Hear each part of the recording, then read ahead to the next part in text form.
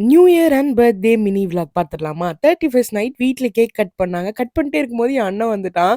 இவன் வந்து எனக்கு லைஃப்ல அவ்ளோ இம்பார்ட்டன்டான பெர்சன். 6 வருஷம் பர்த்டே இவங்க இல்லாம எண்ட் ஆனதே கிடையாது. அவ்ளோ இம்பார்ட்டன்டான பெர்சன் இவங்க என் லைஃப்ல.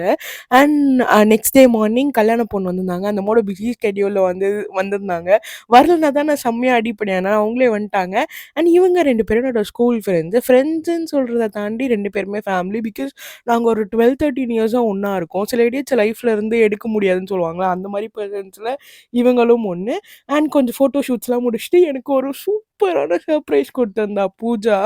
ஒரு ரூஃப் டாப்ல டெக்கரேஷன்ஸ் எல்லாம் பண்ணி ரொம்ப ரொம்ப சூப்பரா இருந்தது. இது தனியாவே ஒரு வீடியோவா போடுறேன். அண்ட் அந்த டெக்கரேஷன்ஸ் அதெல்லாம் ரொம்ப ஃபோட்டோஸ், வீடியோஸ் எல்லாம் எடுத்துட்டு, அதுக்கப்புறம் கிஃப்ட்ஸ் எல்லாம் குடுத்தாங்க. ரொம்ப நாள் கழிச்சு ஃபேமிலியோட ஒரு டின்னர் டேட் போயிருந்தோம். ரொம்ப ரொம்ப சூப்பரா இருந்தது. என்னோட 25th பர்த்டேவ நான் ரொம்ப ரொம்ப சூப்பரா ஸ்டார்ட் பண்ணியிருக்கேன். உங்களுக்கு நியூ இயர் எப்படி போச்சுன்னு கமெண்ட்ஸ்ல சொல்லுங்க. நெக்ஸ்ட் வீடியோல மீட் பண்ணலாம் மக்கள்ஸ். பாய்.